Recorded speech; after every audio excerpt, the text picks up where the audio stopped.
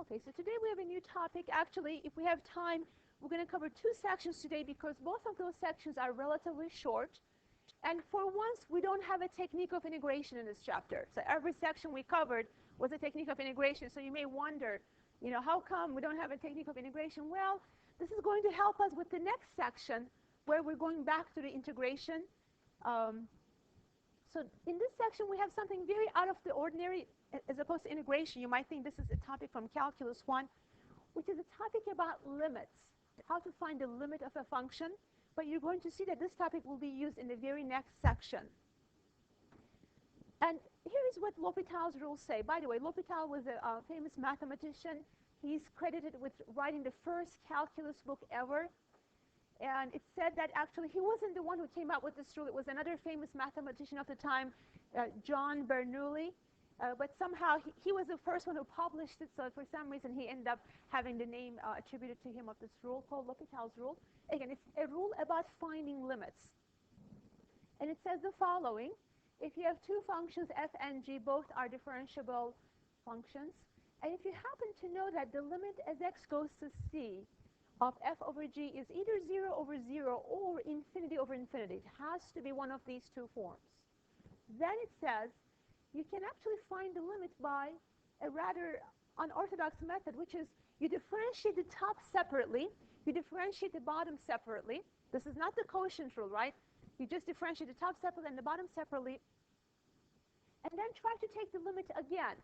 If you still have 0 over 0 or infinity over infinity, you can go one more step, and basically you can apply this rule as many times as necessary until you get out of 0 over 0 or infinity over infinity.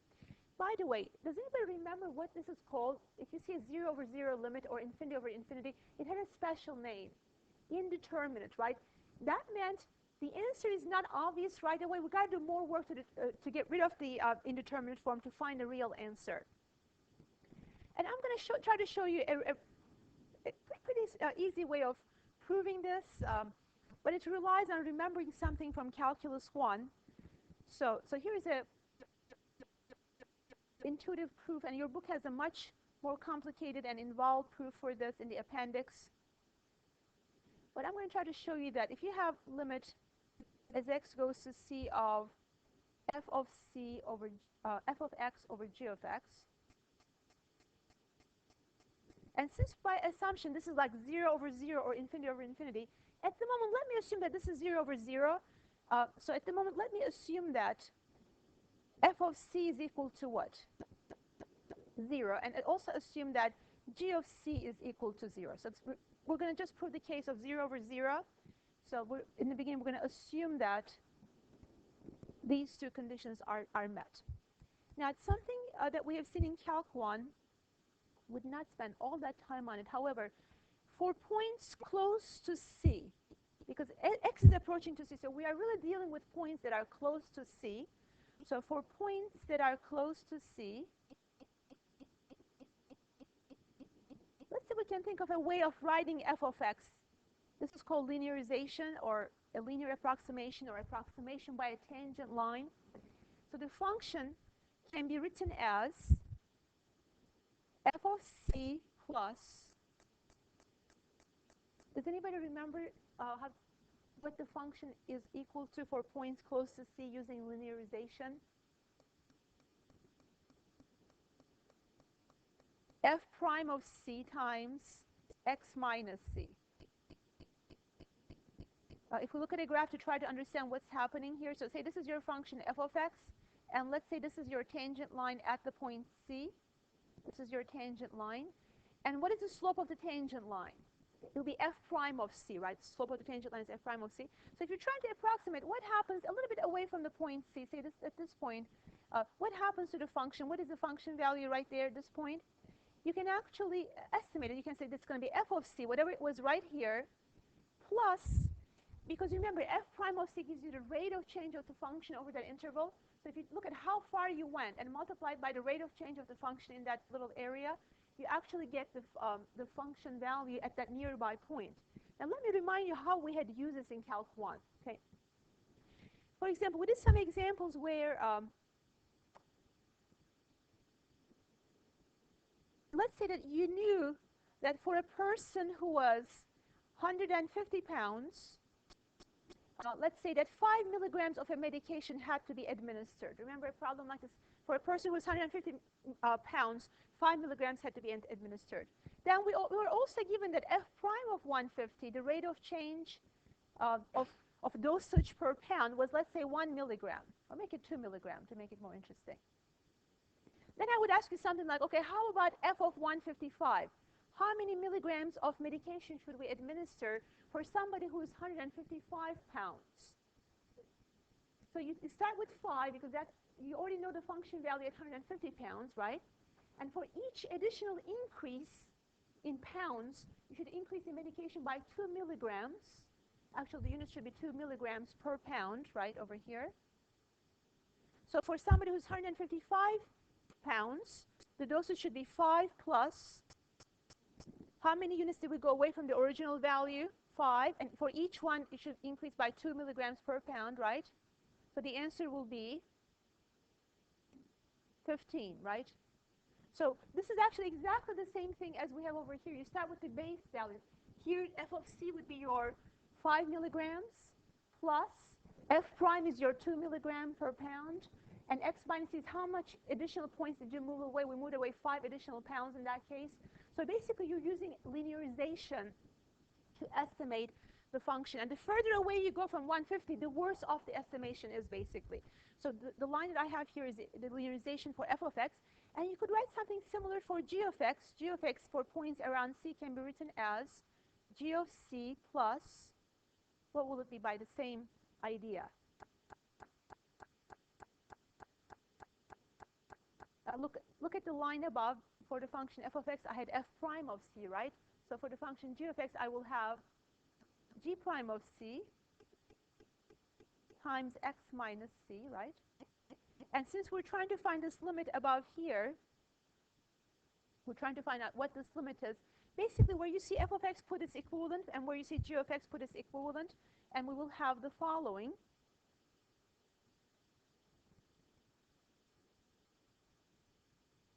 So limit as x goes to c of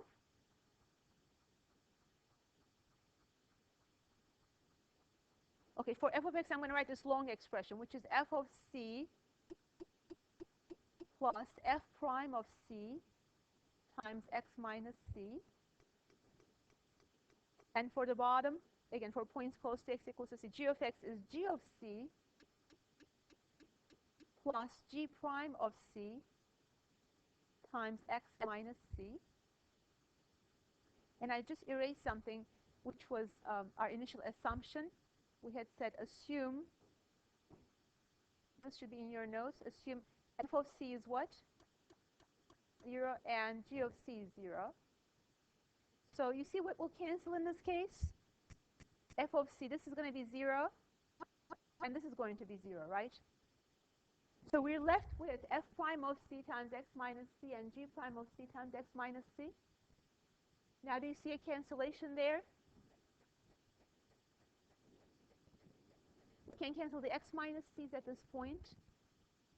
So we end up getting f prime of c divided by g prime of c.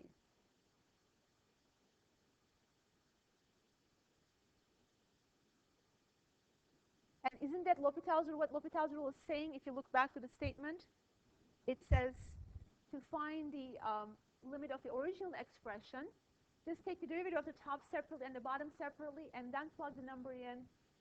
And that's what we have on the right-hand side, f prime of c over g prime of c.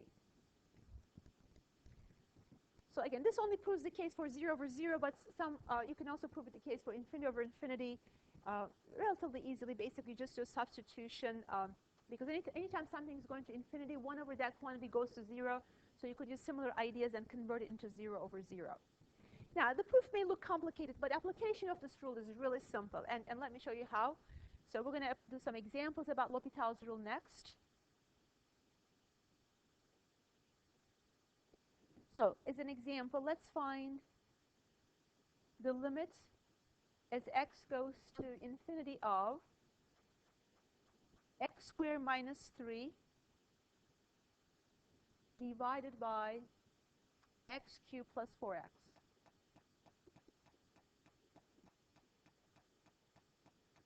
First of all, let's even forget about L'Hopital's rule for a minute. Could we have done this question in Calc 1? Easily, right? As x goes to infinity, we learned a rule, compare degree of the top with the degree of the bottom. Remember that rule? In this case, what would the answer be? 0. So in this case, you know another rule to find the limit. But in a few moments, I'm going to give you some questions where you really need L'Hopital's rule to find the answer. So let's get some practice right now with L'Hopital's rule and see if the answer is really 0. So if you let x go to infinity, you're going to have infinity over infinity to begin with, which means you can apply L'Hopital's rule. Now separately take the limit of the top and the bottom. In other words, I should have said take the derivative of the top and the bottom separately, because that's what the rule says, right? Okay, derivative of x squared minus 3 is 2x. Derivative of the bottom is 3x squared plus 4. We still have infinity over infinity, right? So you can apply the rule one more time. You still have infinity over infinity. Take the derivative of the top and bottom separately. And now what do we get? 2 over 6x. As x goes to infinity, the top is a constant. Bottom gets larger and larger, so the ratio is going to where? You have a number on the top over something that goes to infinity on the bottom. Where does the ratio go towards? 0, right? The bottom grows and the top is a constant. Therefore, the answer goes to 0. Just like we had guessed, the answer would be 0 using rules from Calc 1. Okay, let's do the following. Limit as x goes to infinity. Another example. Limit as x goes to infinity of ln x over x.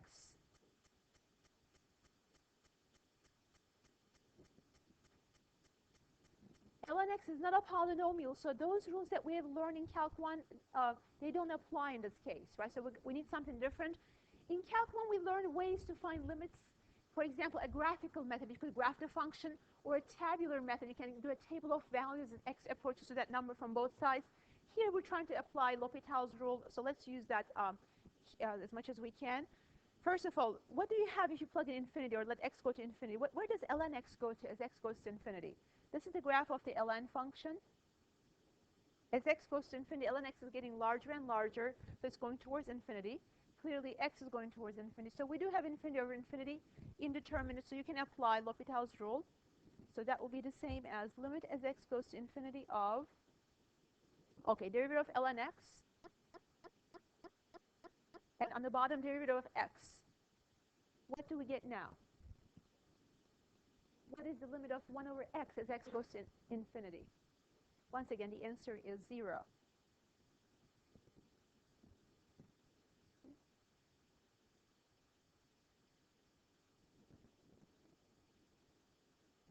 Okay, here's another example.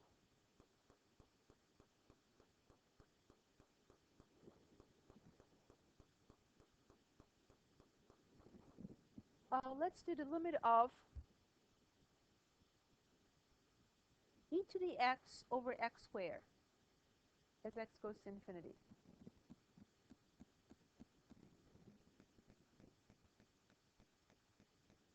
So how do we begin? If you let x go to infinity, the top is going to infinity, the bottom is going to infinity, right? So once again, we have infinity over infinity. That means you can apply L'Hopital's rule. So let's start differentiating the top and the bottom separately. Okay, derivative of the top, e to the x. Derivative of the bottom, 2x. What do we have right now? If you try to take the limit, infinity over infinity, we know if we take derivative one more time, we're going to lose the x on the bottom, so we know we're going in the right direction, so let's do that. Differentiate this one more time. So you have limit as x goes to infinity of e to the x divided by 2. And where does this go to as x goes towards infinity?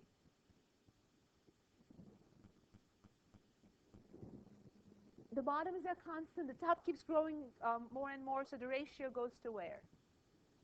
Infinity, exactly. So e to the x goes to infinity, and that over a constant still goes to infinity, so the answer is infinite in this case. So notice that this example was infinity over infinity, but the final answer was 0. This answer was infinity over infinity, but the final answer was infinity. I can give you some other examples where it starts with infinity over infinity, but the answer is 2/5 or 5. In other words, you cannot make a conclusion by just looking at it as it said. It's indeterminate form. You got to do more work to see what it is, and you cannot assume that it's going to be any given number or infinity until you do that extra work. Okay, here's an example, this time with a 0 over 0 case. Yes?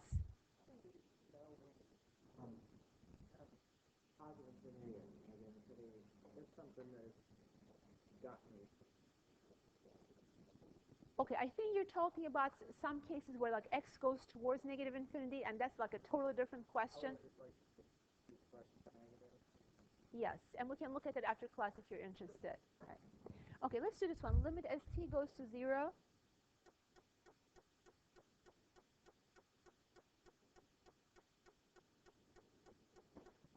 of t times sine t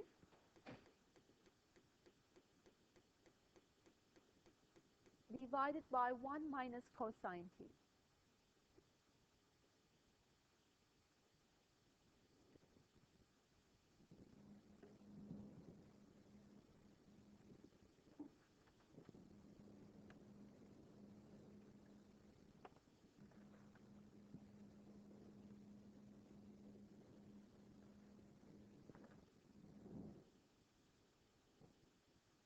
So with any limit question, the first thing we should try to do is substitute the value in, because we learn in Calc 1, if you have a continuous function, you get a number out of that, and you're good to go. Only if you have like 0 over 0 or infinity over infinity, and there are some other indeterminate forms, which I'll go over with you today. If you get indeterminate forms, then you should try to do something extra. In this case, what do we get when we plug in 0 for t?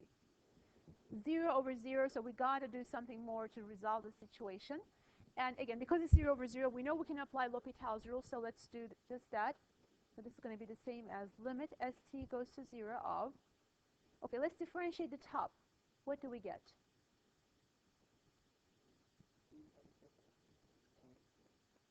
T times cosine t plus 1 times sine t, because we're using the product rule.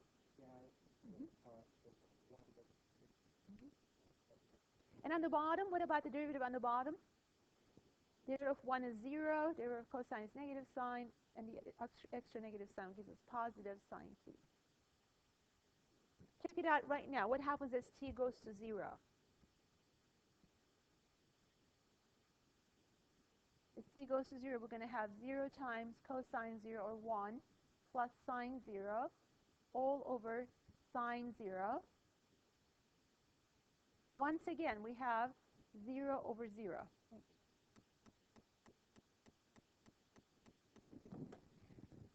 So we've learned this so far that if you still have 0 over 0, you can continue on. But if you don't have 0 over 0, if you have infinity or 0 or anything other than those two expressions, then you cannot continue with L'Hopital's rule. In this case, we can do it one more time. So let me give you a moment to do that. See if you can resolve it with that.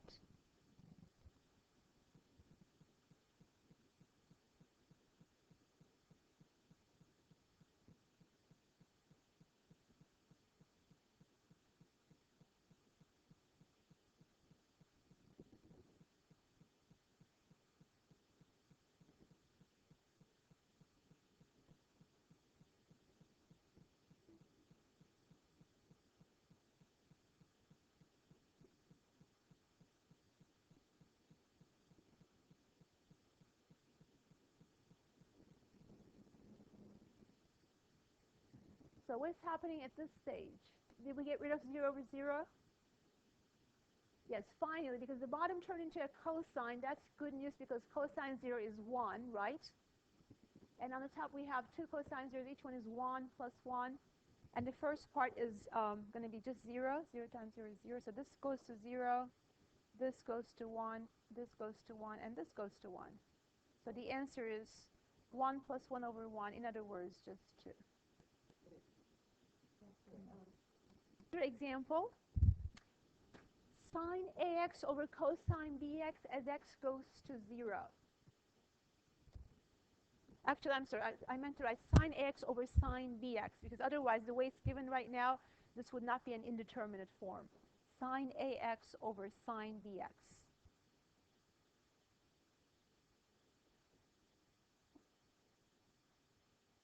In that case, you have 0 over 0, and let me know what you're getting after you apply L'Hopital's rule. Please take a moment.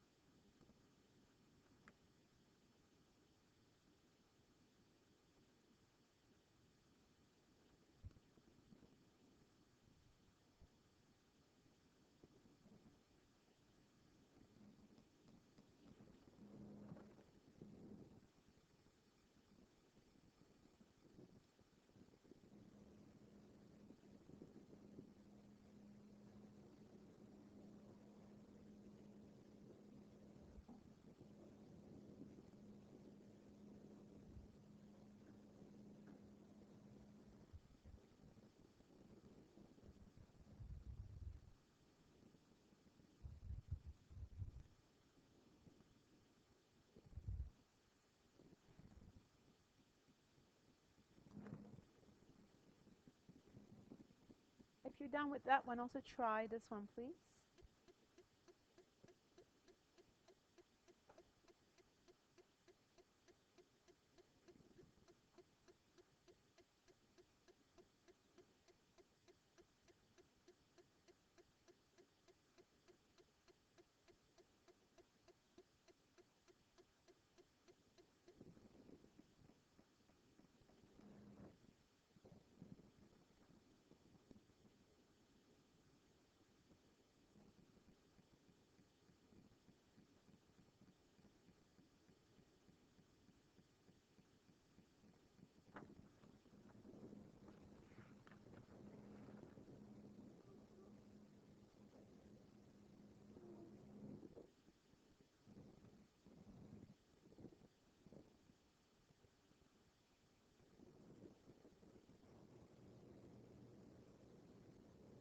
Again, the top one starts with 0 over 0, right? So applying L'Hopital's rule. We don't have constants per se, but we have a times x, where a is a constant. They didn't give you like a 2 or a 5, but the same rules apply in differentiating sine ax. What is the derivative of sine ax with respect to x? A times cosine ax, right? And on the bottom, by the same logic, b times cosine bx. Now x is going towards 0, so cosine 0 goes towards 1, both on the top and the bottom. So the final answer will be, can I hear it from different students, please? A over B. And on the bottom, again, if x is going towards 0, e to the 0 goes towards 1. So you have 1 minus 1 or 0, divided by 1 minus 1 or 0. So once again, a perfect case to apply L'Hopital's rule. In this case, if we do that, we get, just differentiate both sides, the top and the bottom. What is the derivative of e to the 2x minus 1? 2 e to the 2x. And on the bottom, derivative of e to the x minus 1 is e to the x.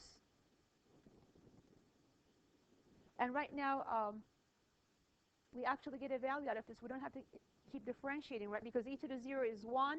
You use it both for the top and the bottom expression. So you're going to have 2 times 1 over 1, or just 2. Okay, so far we looked at quite a few examples on infinity over infinity or 0 over 0. Now I'm going to show you a few different indeterminate forms. One of them is 0 times infinity. So another example of an indeterminate form. And we're going to find limits as x goes to infinity of x times tangent of 1 over x.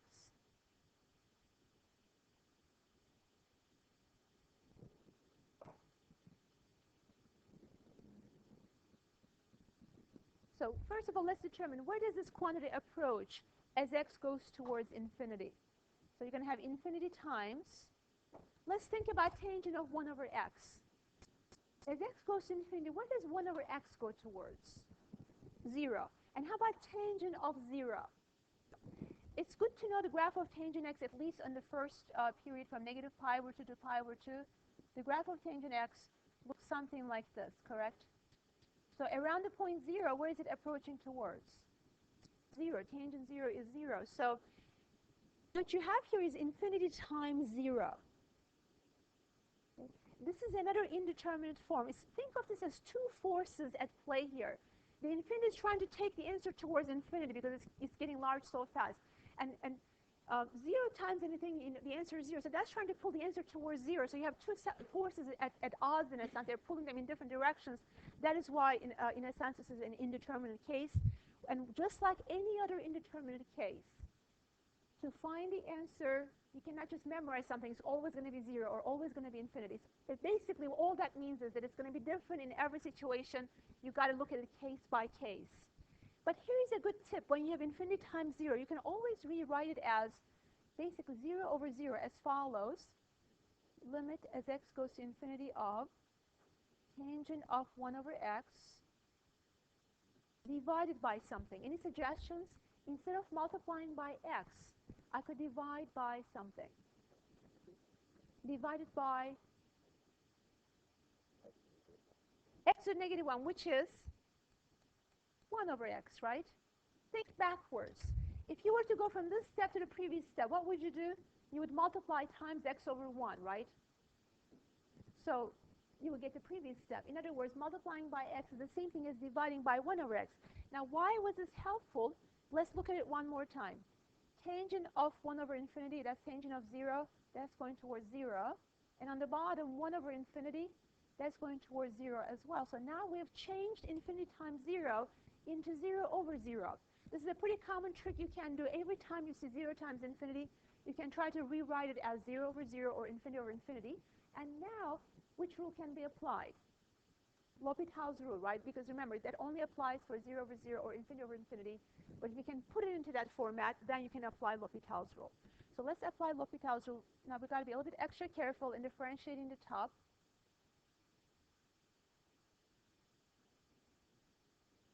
What will be the derivative of tangent of 1 over x? And I'd like to hear from different students, if I may. Tangent of 1 over x. How would we differentiate that? If it was just tangent x, what was the derivative? What is the derivative of tangent? Secant square, right?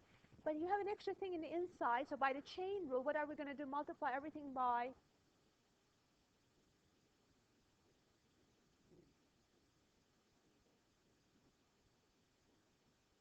the derivative of 1 over x, because of the chain rule, right? So first you differentiate the outside function, which is secant square of the same expression, secant square of 1 over x. And then we're going to multiply this by the derivative of the inside, which is negative 1 over x squared. And how about the bottom? What is the derivative of 1 over x in the bottom?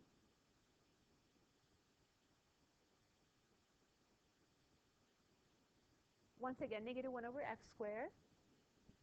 Do we see cancellation?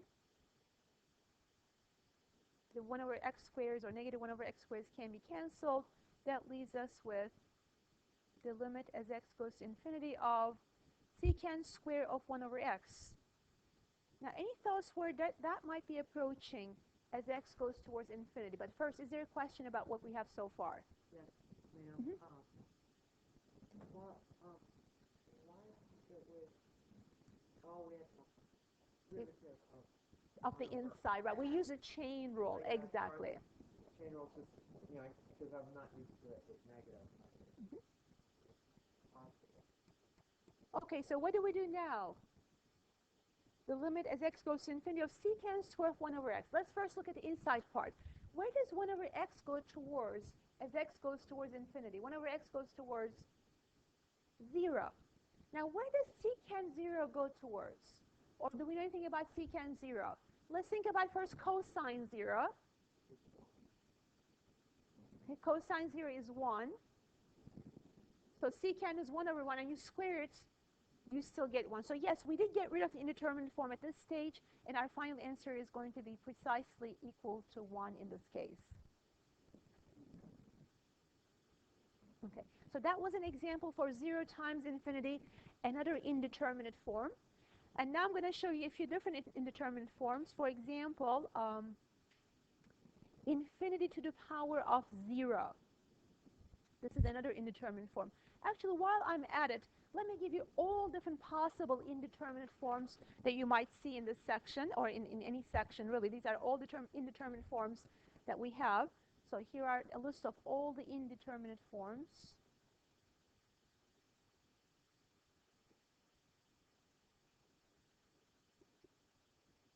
And we already know 0 over 0 is one of those. Infinity over infinity is another. And 0 times infinity we've seen is another one. And a few other ones are 1 to the power of infinity is known to be indeterminate. 0 to the power of 0. We also have infinity minus infinity.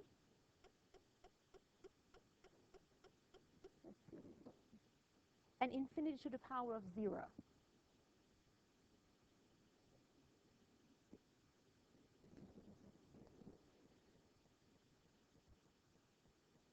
Okay, so we've done examples of the first 3 types. Now I'm going to try to show you some examples of the other types as well. So let's do the limit as x goes to infinity of x to the 1 over x. Example. Limit as x goes to infinity of x to the 1 over x.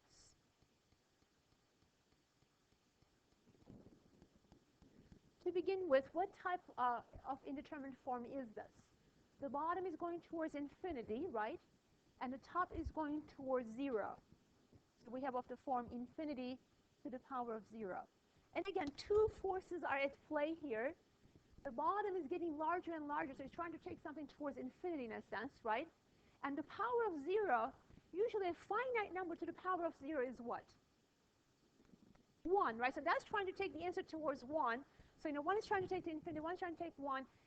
And it could be anything in between. And when we settle the case, we'll see in some cases, it may be infinity, some cases 1, some cases something in between. So let's see what happens in this case. Now, this is a very special case. It's very special because the base has a variable and the top has a variable.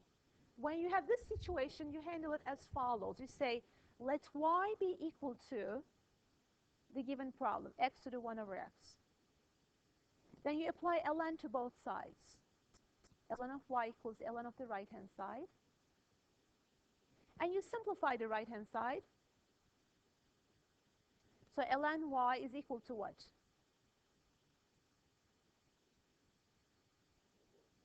One over x times ln x by using a property of logs. 1 over x ln x.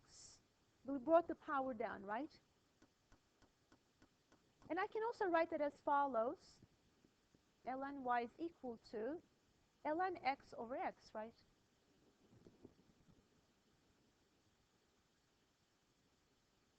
ln x over x. Okay. Now, if we can find the limit of ln y, it's going to be easy to find the limit of y itself, because let's suppose that ln y had a limit of, let's say, 2. Okay. What would be the limit of actual expression y? If you know ln y is equal to 2, what is y? If ln y is equal to 2, exponentiate both sides, right? Do e to this side equals e to that side.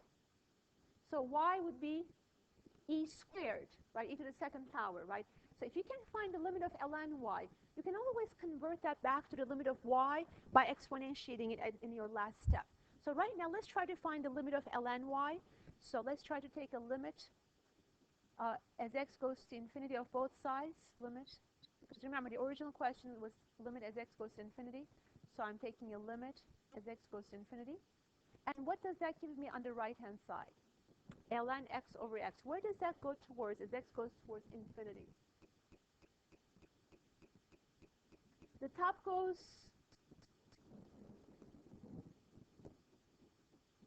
ln x, again, look at the graph. It keeps rising, right? So it's going towards infinity, right?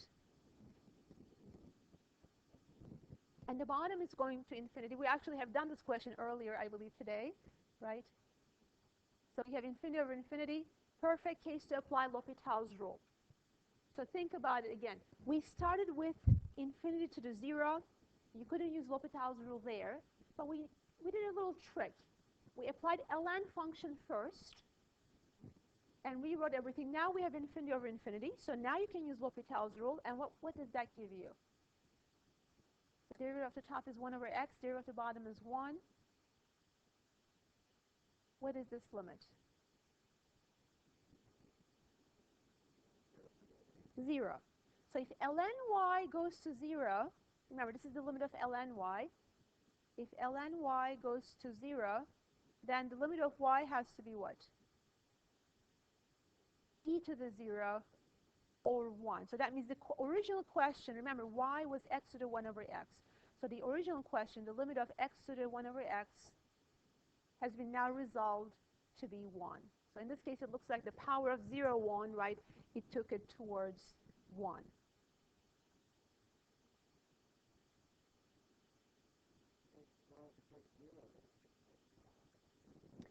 Because first we found the limit of ln of 1 over ln x over x. That quantity went to 0, right? But remember, what was that? The limit of that was the limit of ln y. So ln y goes to 0. But we need to go back and answer the original question. And the original question was not the limit of ln of this quantity, but the limit of that plain quantity without the ln in it. So we had to convert everything back. Remember, we brought the ln into the equation. It's our job to get rid of the ln at the end of the problem. So we have to remember that extra step. If you know ln y goes to a number, then y goes to e to that number, in this case, e to the 0. Now, just to show you that, some students say, oh, the power was 0. Then we really have to do all this. Isn't the answer always going to go to 1? Let me show you an example where the answer does not go to 1. And this one you can just watch if you like. We don't even need any fancy techniques to do this one. Say you have the limit as x goes to infinity of, yes, e to the x to the power of 1 over x. I know we can simplify this, but just for the sake of the example, where does the bottom part approach in this case? Where does e to the x go as x goes to infinity? Think of the graph of e to the x, right? As x gets larger and larger, where does e to the x going towards? The y values. Where does e to the infinity go towards? Infinity, right? It keeps getting larger and larger. Okay, so the base, the part inside the parentheses is going towards infinity. And how about the top? Where does 1 over infinity go towards? Of course, 0, right? So once again, we have an example of the form infinity to the 0. Remember, our last example, the answer was 1, right? So one might wonder, well, is it always going to be 1? But look at this example. It is of the form infinity to the 0. But in this case, we have a very nice simplification. What is e to the x to the 1 over x in simple form? If you were to simplify that, what would you get? You have the power of a power, right? What do? Multiply the powers. So now you have e to the 1. It's just a constant. So what is the limit of a constant as x goes to infinity? What is the limit of just a constant? A constant's graph looks like this. Say this is e 2.718. No matter where you are, as x goes to infinity, it's staying as a constant, right? So what is the limit then? E. So the answer did not turn out to be 1 in this case, you see. It turned out to be E. So every question, again, the name indeterminate suggests that the answer cannot be quickly given as a rule. You've got to do something extra to get rid of the indeterminate form, like we've seen in those two examples.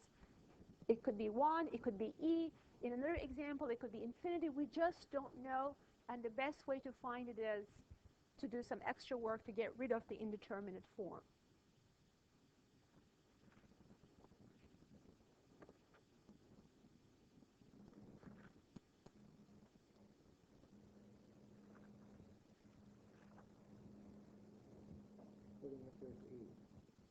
The answer to the last question is E. That is correct.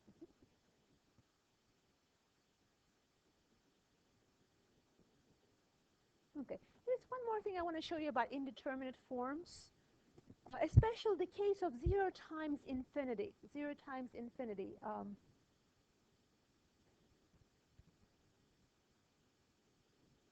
The indeterminate form 0 times infinity. We know this is indeterminate.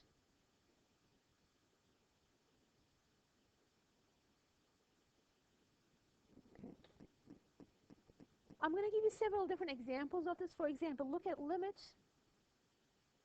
as x goes to 0 from the right of x times 1 over x. Several examples, and we're going to talk about all of them. Limit as x goes to 0 of x times 2 over x. Limit as x goes to infinity of x times 1 over e to the x. And finally, limit as x goes to infinity of e to the x times 1 over x. Let us look at every one of these cases in the beginning as just, is it like infinity over infinity, or what do you get when you let x go towards 0, let's say from the right-hand side in the first example? X is going towards 0, so the 0 times. How about 1 over x? Where does that go as x goes to 0 from the right? This is the graph of 1 over x, right? As x goes towards 0 from the right, where are the y values approaching?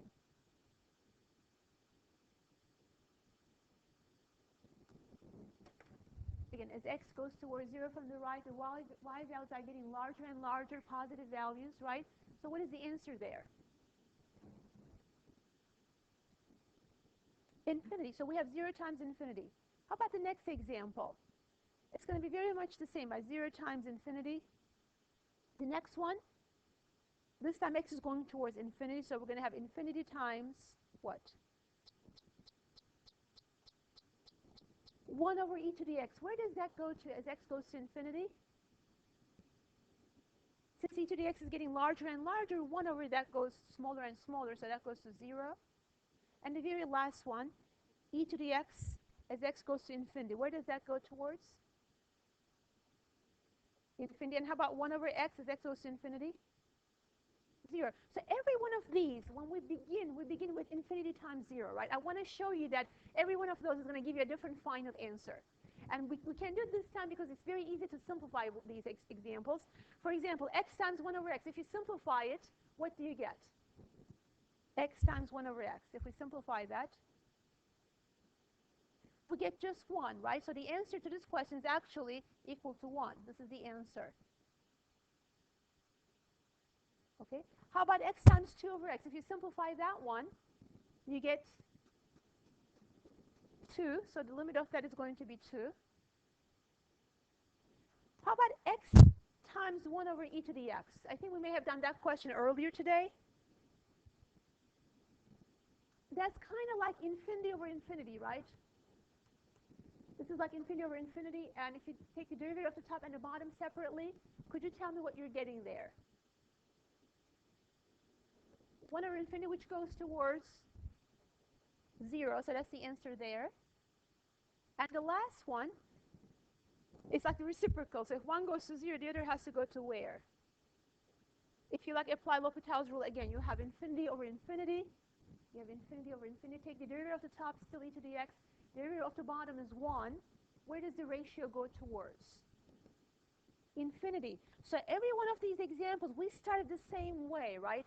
We started 0 times infinity. That was the indeterminate form. But every one of them gave us a different answer. So again, this is why it's called indeterminate in the first place, because we just don't know. We don't have a shortcut rule. We've got to do it the long way. Also, infinity minus infinity. I want to show you why that is indeterminate. Yes, a question. Okay, how about the case of infinity minus infinity? That's another mysterious case. You know, when you have 0 times infinity, one was trying to pull it towards 0, one was trying to pull it towards infinity, and we end up with these different answers. In infinity minus infinity, the answer you might think, oh, isn't it always going to be 0? The answer is no, because infinity is such a complex concept. It can have many different hats in a sense. For example, think about the number of elements in the following set, say 1, 2, 3, etc. And think about the number of elements in this set. Add the extra number in there, 0, 1, 2, 3, etc. So if I say, how many more elements are there in this minus that set? let's do it easier. Say the bigger one minus the smaller one. How many more elements? This has infinitely many elements. That has infinitely many elements, right? The difference in this case seems to be what? There's one extra element in there, so it looks like the answer is going to be one extra element, or 1. But what if I put like 3 more elements in here and than the other one? You will see there are still infinite sets, right? And it may look like in that case infinity minus infinity is equal to 3. But the truth is, in every question you do, infinity minus infinity may turn out to be a different answer. So once again, if you have infinity minus infinity, try to simplify the expression and go from there. There is no shortcut in that situation either. And finally, this is an interesting one. How about 0 to the power of infinity? 0 to the power of infinity. Do you think this is an indeterminate form? Let's think of the two powers at play here, okay? Something to the infinity power. But remember that we've also done things like, it's not necessarily it's approaching towards 0, and the top is approaching towards infinity. But still, no matter what it is, the bottom is trying, no matter, if you multiply something with 0, it goes towards 0, right? And infinite power is saying that basically you're doing this infinitely many times. So that is not an indeterminate form. That one actually is always going to be equal to 0. So this is not in your list of indeterminate forms. This is always going to be equal to 0 because you don't have like different forces at play here. So this one is always going to be equal to 0.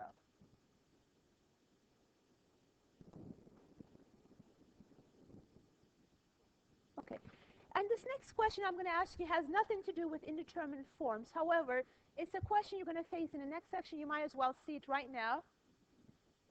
What do you think is this limit? Tangent inverse of x as x goes towards infinity. And you will also see the following. Limit of tangent inverse of x as x goes towards negative infinity. These two questions are going to pop up a lot in the next section. They have nothing to do with L'Hopital's rule, but let's just see how to handle these cases as well. When you're finding the first limit as x goes to infinity of tangent inverse of x, it's kind of like finding tangent inverse of infinity. Tangent inverse of infinity. So we ask ourselves, for which angle in radian measure is the tangent function approaching towards infinity? So as x goes to which number is tangent x approaching to infinity? Knowing the graph of tangent x is very helpful. Tangent x, at least over the first period from negative pi over 2 to pi over 2, looks something like this, correct? So if I'm trying to find tangent inverse of infinity in my first question, for which angle is the tangent function approaching towards infinity? As x goes to which angle? Pi over 2. So tangent inverse of infinity then is going to be pi over 2. Ask the same question this time as x goes towards negative infinity. For which angle is the inverse tangent function approaching towards negative infinity? For which angle? One is the tangent function approaching towards negative infinity. For which value of x? As x approaches towards negative pi over 2. Now, I gave you the graph of tangent x because I think that's the easier one to remember. But there is also a graph of tangent inverse of x. And the graph of tangent inverse looks something like this.